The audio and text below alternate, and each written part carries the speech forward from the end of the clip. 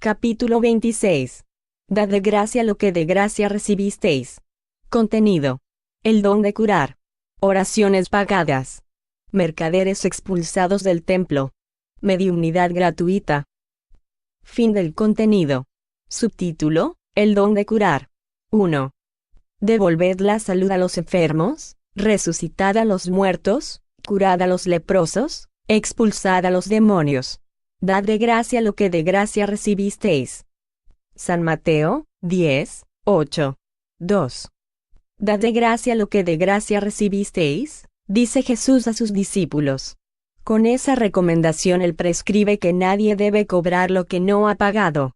Ahora bien, lo que ellos habían recibido gratuitamente era la facultad de curar a los enfermos y de expulsar a los demonios, es decir, a los espíritus malos. Ese don les había sido dado de gracia por Dios, para aliviar a los que sufren y para contribuir a la propagación de la fe. Jesús les recomienda que no hagan de él un objeto de comercio ni de especulación, como tampoco un medio de vida. Subtítulo: Oraciones pagadas. 3. Dijo a continuación a sus discípulos, ante todo el pueblo que lo escuchaba: guardaos de los escribas, que gustan de pasearse con largas túnicas, que se complacen en ser saludados en las plazas públicas, y en ocupar los primeros asientos en las sinagogas y los primeros lugares en los banquetes, y que, con el pretexto de largas oraciones, devoran las casas de las viudas. Esas personas recibirán una condenación más rigurosa. San Lucas 20 y 45-47, San Marcos 12 y 38-40, San Mateo 23 y 14. 4. También dijo Jesús: no cobréis vuestras oraciones, no hagáis como los escribas, que con el pretexto de largas oraciones devoran las casas de las viudas, es decir, se apoderan de sus fortunas. La oración es un acto de caridad, un impulso del corazón. Cobrar la oración dirigida a Dios a favor de otro, significa transformarse en un intermediario asalariado. En ese caso, la oración constituye una fórmula cuyo precio es proporcional al tiempo que lleva pronunciarla.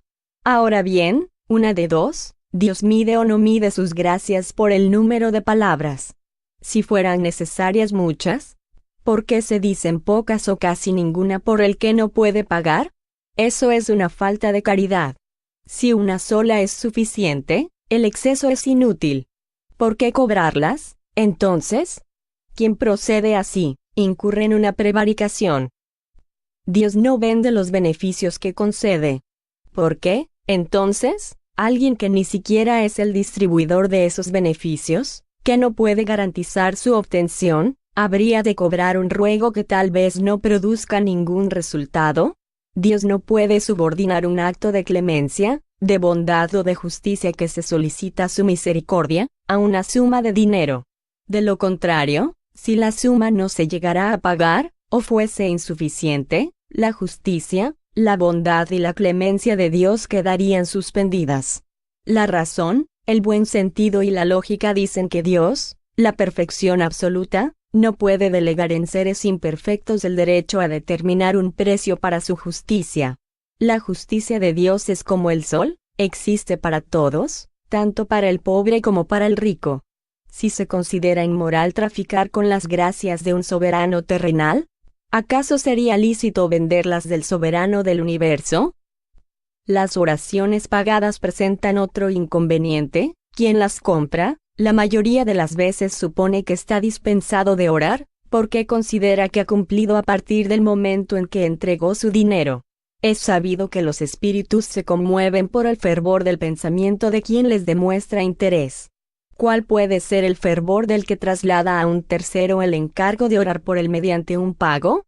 ¿Cuál es el fervor de ese tercero cuando delega su mandato a otro, y éste a otro, y así sucesivamente?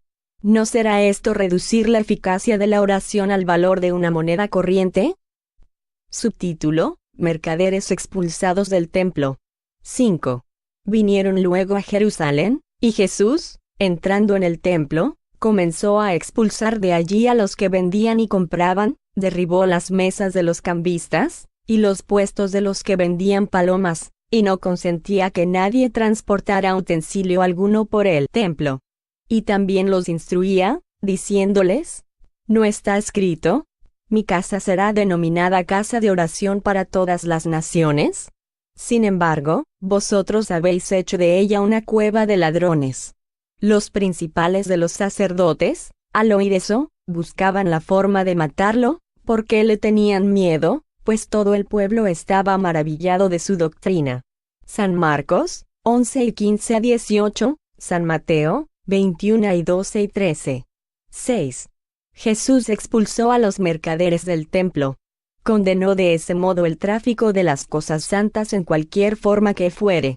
Dios no vende su bendición ni su perdón, como tampoco vende el ingreso al reino de los cielos. Por lo tanto, el hombre no tiene derecho a cobrarlos. Subtítulo: Mediumnidad gratuita. 7. Los mediums modernos, pues los apóstoles también tenían mediumnidad, han recibido asimismo de Dios un don gratuito, el de ser los intérpretes de los espíritus, para instruir a los hombres, mostrarles el camino del bien y conducirlos a la fe, y no para venderles palabras que no les pertenecen, dado que éstas no son el fruto de sus concepciones o investigaciones, ni de su trabajo personal. Dios quiere que la luz llegue a todos. No está en sus propósitos que el más pobre quede desheredado y llegue a decir: no tuve fe porque no he podido pagarla, no tuve el consuelo de recibir el estímulo y los testimonios de afecto de aquellos a quienes lloro, porque soy pobre. Por esa razón la mediumnidad no es un privilegio, sino que se la encuentra en todas partes. Cobrar por ella sería, pues, desviarla de su objetivo providencial. 8. ¿Quién conoce las condiciones mediante las cuales se comunican los espíritus buenos, así como la repulsión que éstos experimentan por todo lo que constituye un interés egoísta, y que sabe cuán poco se necesita para alejarlos? Nunca admitirá que los espíritus superiores se encuentren a disposición del primero que se presente y los convoque, poniendo un precio a la sesión. El buen sentido simplemente rechaza una idea semejante. ¿Acaso no sería también una profanación evocar por dinero a los seres que respetamos o que nos son queridos? No cabe duda de que así se pueden obtener manifestaciones, pero ¿quién podría garantizar su sinceridad? Los espíritus frívolos, mentirosos, traviesos, y la turba de espíritus inferiores, de pocos escrúpulos, acuden siempre, y están dispuestos a responder lo que se les pregunte, sin que les preocupe la verdad. Por lo tanto, quien desee comunicaciones serias, debe en primer término solicitarlas con seriedad, y después interiorizarse acerca de la naturaleza de las simpatías del médium con los seres del mundo espiritual. Ahora bien, la primera condición para conquistar la benevolencia de los espíritus buenos es la humildad, la devoción, la abnegación y el más absoluto desinterés, tanto moral como material. 9. Aparte de la cuestión moral se presenta una consideración efectiva no menos importante, que tiene relación con la naturaleza misma de la facultad. La mediunidad seria no puede ser ni será nunca una profesión, no solo porque sería desacreditada moralmente, y pronto se la asociaría con los que dicen la buenaventura, sino también porque existe un obstáculo material que se opondría a ello. Se trata de una facultad esencialmente inestable, huidiza y variable, con cuya permanencia nadie puede contar. Sería, pues, para quien la explotase, un recurso por completo incierto, que podría llegar a faltarle en el momento en que más necesario le resultara. Diferente es lo que sucede con un talento adquirido a través del estudio y del trabajo, y que, por eso mismo, es una propiedad de la cual naturalmente se permite a quien la posea extraer un beneficio. Pero la mediumnidad no es un arte ni un talento, razón por la cual no puede ser convertida en una profesión. Solo existe gracias al concurso de los espíritus. Si ellos faltan, ya no hay mediumnidad. La aptitud puede subsistir, pero su práctica está anulada. Por eso, no hay en el mundo entero un solo medium que pueda garantizar la obtención de un fenómeno espírita en un momento dado. Explotar la mediumnidad es, pues, disponer de algo de lo que en realidad no se es dueño. Afirmar lo contrario es engañar a la persona que paga.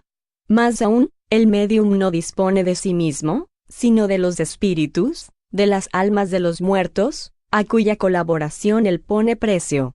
Esta idea provoca un rechazo instintivo. Y ese comercio, degenerado en abuso y explotado por el charlatanismo, la ignorancia, la credulidad y la superstición, fue el motivo de la prohibición de Moisés. El espiritismo moderno, que comprende el aspecto serio de la cuestión, mediante el descrédito que lanzó sobre esa explotación, ha elevado la mediumnidad a la categoría de misión. Véase el libro de los Mediums, capítulo 28, y el cielo y el infierno, capítulo 11. 10.